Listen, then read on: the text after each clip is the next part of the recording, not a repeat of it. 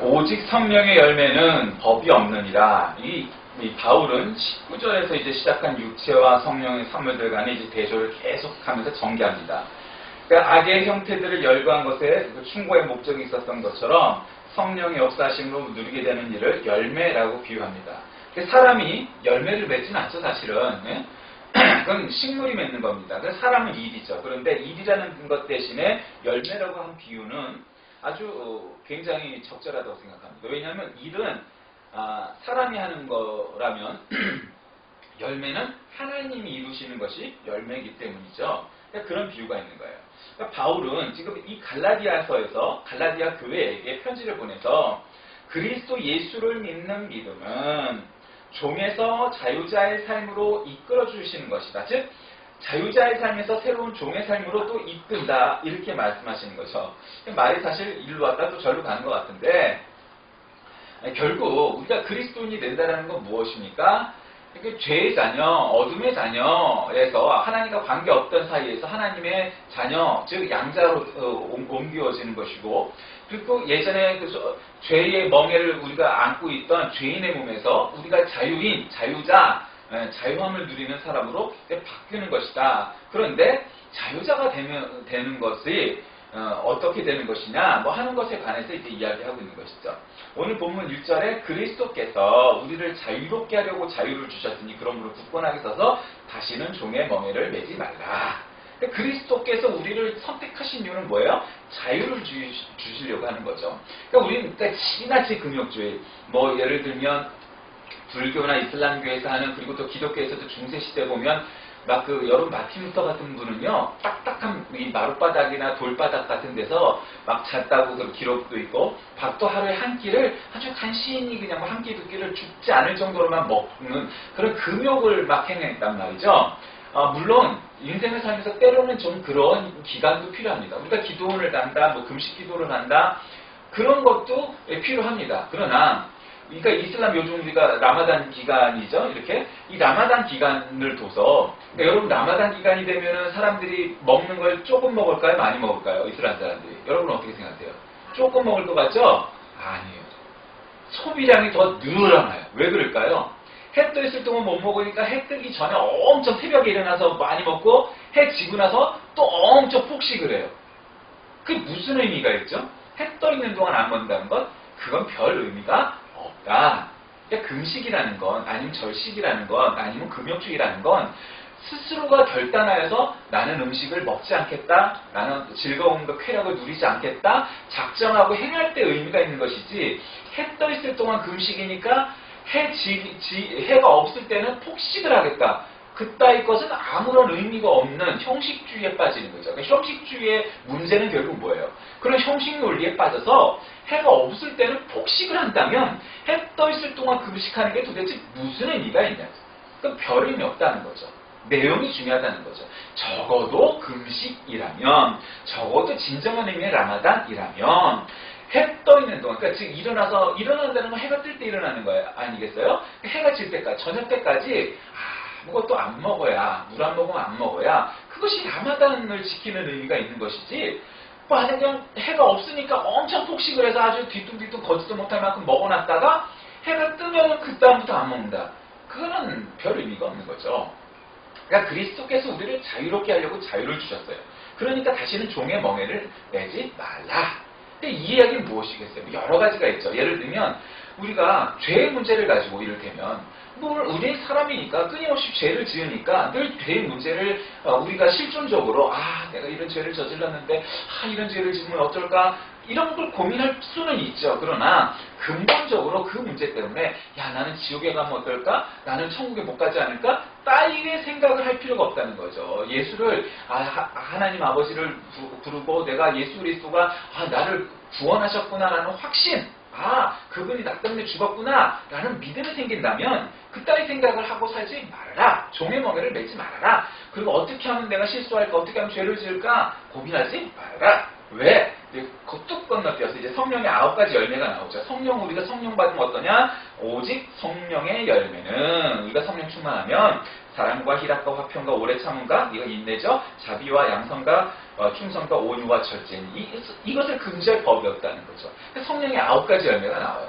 물론 이걸 뭐 강의 설교를 하고 뭐 설교를 하면 뭐 이걸 하나하나에서 1시간을 하겠죠. 근데 그런 의미가 중요한 게 아니고 오늘은 이제 전반적으로 그 성령의 열매가 이런 사랑서부터 절제까지 나오는데 우리가 성령 충만하면 그렇다는 거죠. 우리가 사중복음에 중생, 성결, 신유, 재림 이렇게 얘기하죠. 그 중에 우리가 성령 충만하다는 건 이제 성결의 은혜를 받는 거죠. 그러니까 거듭난다는 건 중생이라는 건 뭐냐? 네, 예수님은 날 구세주로 내가 믿습니다. 그 인격적으로 예수님이 나를 구원하셨군요. 내가 그 사실을 믿습니다. 동의하고 믿어지고 일생을 그렇게 살기로 작정하고 그런 의지를 가지면 그게 거듭나는 거예요. 근데 성령 세례, 성결은 좀 다르죠. 그러니까 성령의 은혜를 받는 거죠. 이를테면 성령의 은사가 하는데 방언을 받는다든가 그럴 수도 있지만, 그거 관계없이도 내가 이 뜨거움을 느끼는 거죠. 내가 죄인이었구나. 그러면서 확실히 내가 회개를 하고 거듭나는, 또 하나의 체험. 그게 이제 성결 체험. 그게 성령 충만인데, 우리가 성령 충만하면 성령의 열매가 나타나게 돼 있죠. 사랑과 희락과 화평과 오래 참음과 자비와 양성과 충성과 온유와 절제, 이런 것들인 거죠. 그러니까 성령의 열매가 나타나게 되는 거죠. 그런데 오직 성령 충만하면 열매가 나타나는 것이 아니라 사실은 성령 충만하면 열매가 나타나죠. 그럼 어떤 열매가 나타나겠어요? 이 성령의 9가지 열매가 대비하면 사랑이 아니고 미움이나 무관심이 나타나겠죠. 희락이 아니고 슬픔과 낙담이 나타나겠죠. 화평이 아니고 싸움이 나타나겠죠. 인내가 아니고 조급이 나타나겠죠. 자비가 아니고 이것도 자비가 반대를 뭐라고 해야 되나? 하여튼 그런 게 나타나겠죠. 양성과 충성과 온유와 절제도 마찬가지겠죠. 그러니까 결국 성령 충만한 사람은 그 사람의 결과가 성령의 열매로 나타날 것이요, 그렇지 않은 사람은 그렇지 않은 걸로 나타날 것이라는 거죠. 신학자 월트 브루그만이라는 사람은 이렇게 말했습니다. 무엇을 믿느냐가 삶의 양식을 결정한다. 그러니까 우리 기독교 신앙이라는 것은 우리의 삶을, 인생을 주변이 아니라 관역으로 삼는 겁니다.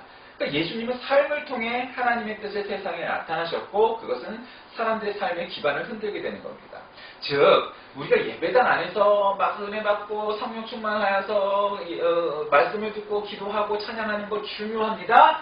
그러나 그것보다 더 중요한 것은 우리가 세상 속에서 우리의 믿음대로 살아가려는 의지, 그러니까 우리의 삶을 관역, 즉 타겟으로 삼고 살아가는 것, 그게 중요하다는 겁니다.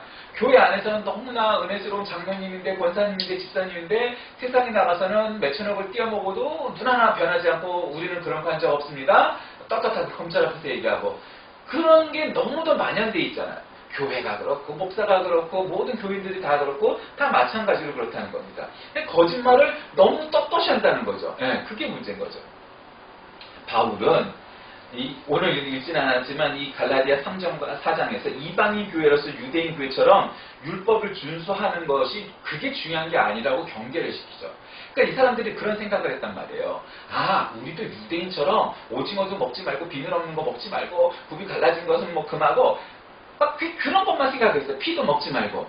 그런데 바울이 말했던 건 그거는 그런 형식 논리가 중요한 게 아니고, 뭘 먹느냐 안 먹느냐가 중요한 게 아니고, 너희가 유태인처럼 되려고 하지 마라. 너희들은 어차피 유태인이 아니다. 그리고 지킬 필요도 없고 이유도 없다. 너희들이 정말 받아들이고 변화해야 할 것은 그러한 무엇을 먹느냐 먹지 않느냐와 같은 차원의 문제가 아니고, 너희가 일생 동안 사실은 잘 몰랐던 여호와 하나님, 야훼 하나님과 그분의 독생자이신 예수 그리스도가 나의 창조주이시고 나의 구세주이시라는 사실을 믿는 게 그 믿음이 중요한 것이다 라고 가르치려 했는데, 오늘 이제 본장까지 들어오면 이제 갈라디아 이 교회가 유대인의 율법을 따르지 말아야 할 이유를 이제 가리키면서 율법의 논쟁을 매듭짓습니다. 그 갈라디아 교회가 율법을 논쟁을 갖고 막 다툼이 있었거든요.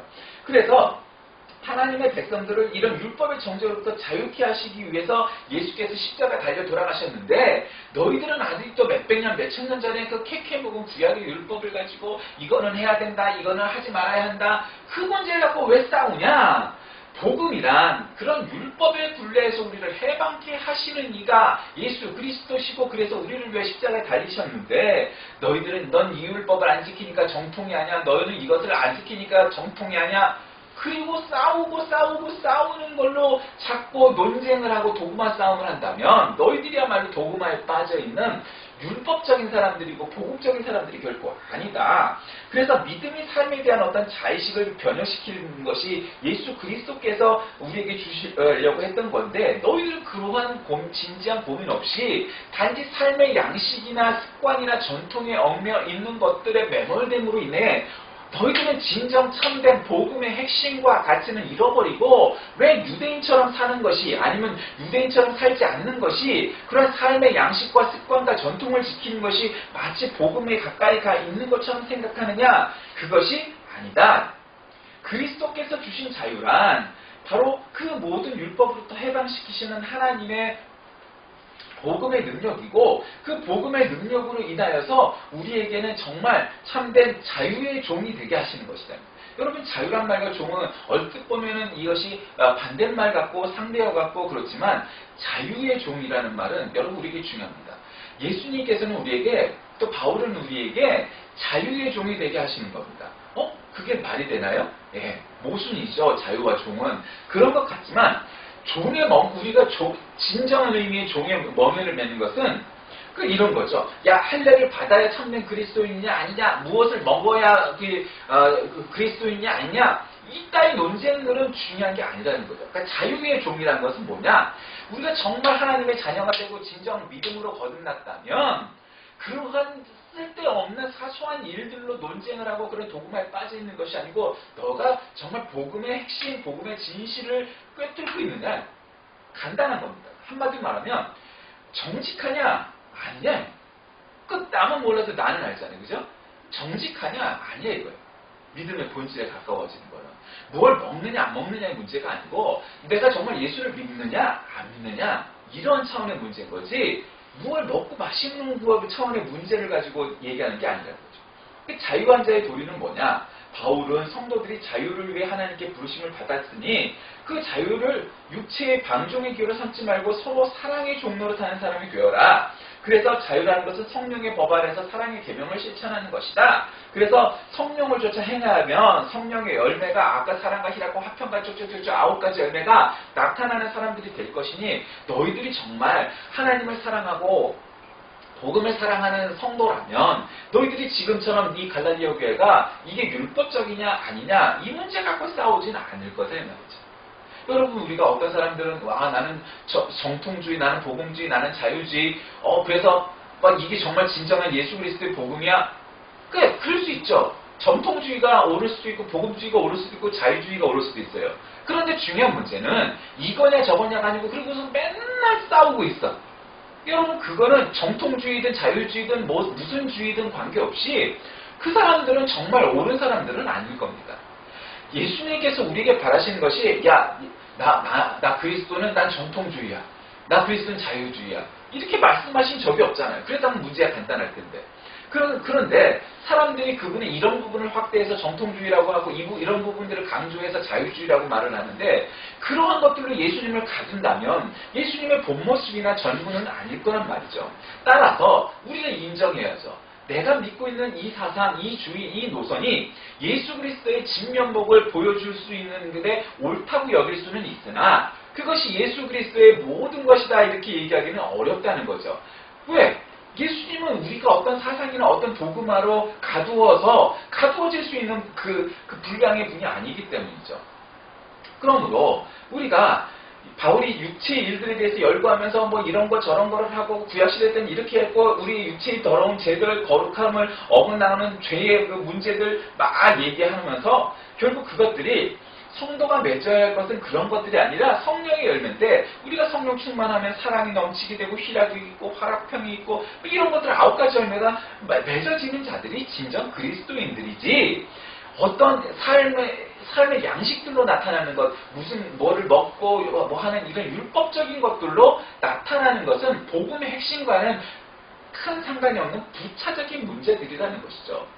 여러분, 지금 종교에 따라, 민족에 따라, 그 지역 문화에 따라서 어느 고기는 먹고 어느 고기는 먹지 않아야 된다 얘기를 하죠. 그런 것들은 종교적인 가르침이라기보단 사실은 다 그 지역의 문화인 거죠. 예를 들면 중동에서 팔레스틴, 즉 유대교 사람들이나 이슬람교 사람들이 돼지고기를 먹지 말아야 되는 이유는 뭘까요?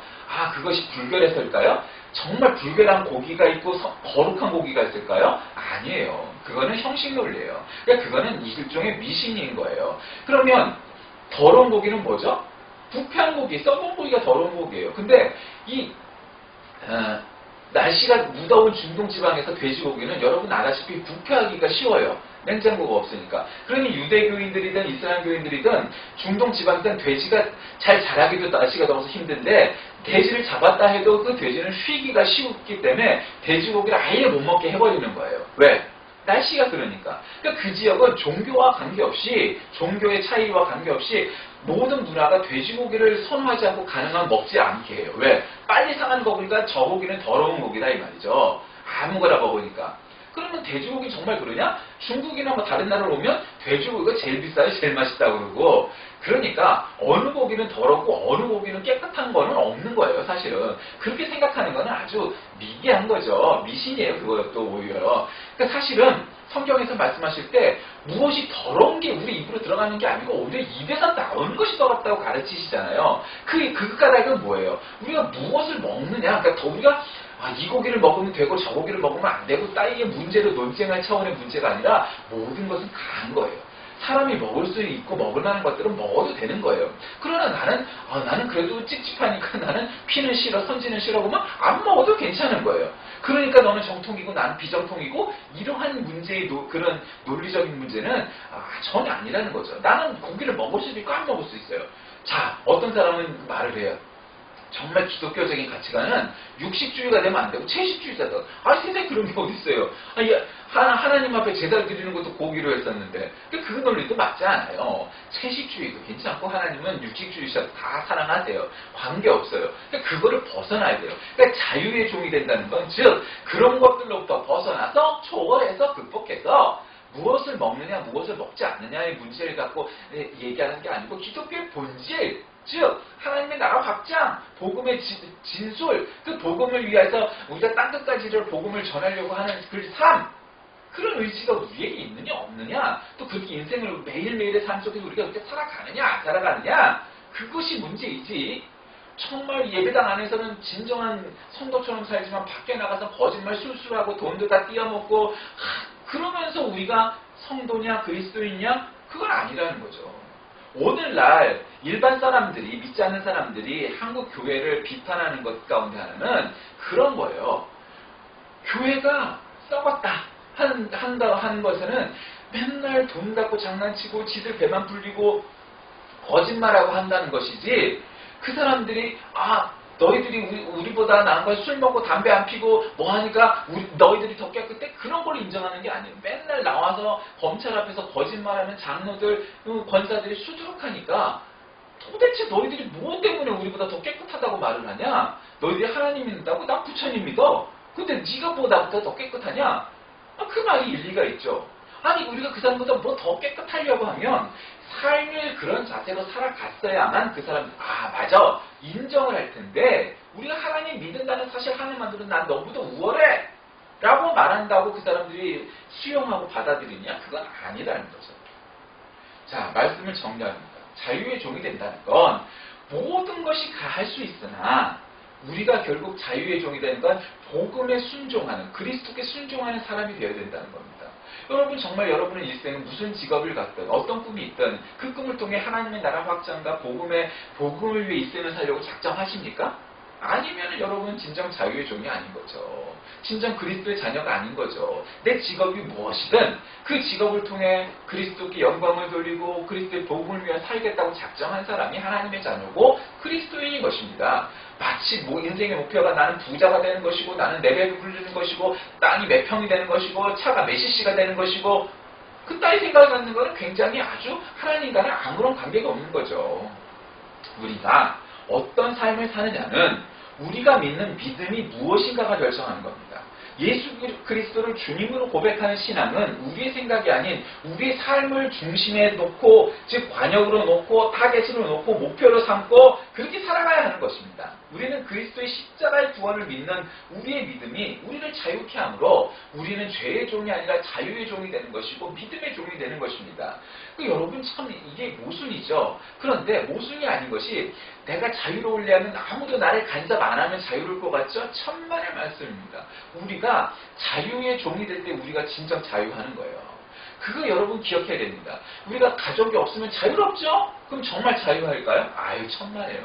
그렇지 않아요. 우리가 커피가 있다면 그 커피를 마실 수 있는 자유와 마시지 않을 자유가 다 있어야 정말 커피로부터 자유로운 것이지. 우리가 가족이 있는데 가족에서 가끔 벗어나서 제주도 여행도 한번 가고 이래야 자유함을 느끼는 거지. 맨날 가족이 없었고 나 혼자 뭘 해도 아무도 날 간섭할 사람 있으면 자유할 것 같으세요? 아니에요. 그렇지 않아요. 그러니까 여러분 그거를 이렇게 이해하면 돼요. 그러니까 성도는 그리스도 안에서 자유하게 되었음을 인해 하나님께 감사하는 마음이고 그리스도의 거룩한 법을 따라 살아가는 사람입니다. 이는 사랑의 새 계명을 지키는 것입니다. 그리스도의 장성한 분량까지 자라가도록 풍성한 성령의 열매를 맺는 것이고 그래서 성령의 9가지 사랑과 희락과 화평과 담당당 나타나는 것입니다. 입으로는 하나님과 그리스도를 사랑한다고 시인하고 한 말로는 하지만 정말 그렇게 살아가지 않는다면 그건 아니죠. 여러분, 그러므로 우리는 그리스도의 자녀이므로 그리스도의 종이 되시길 바랍니다. 자유의 종이 되시길 바랍니다. 복음의 종이 되시길 바랍니다. 그럴 때 우리가 진정 자유로워지는 것이고 진정 은혜로워지는 것이고 진정 행복해지는 그러한 영혼이 될 것입니다. 기도하겠습니다.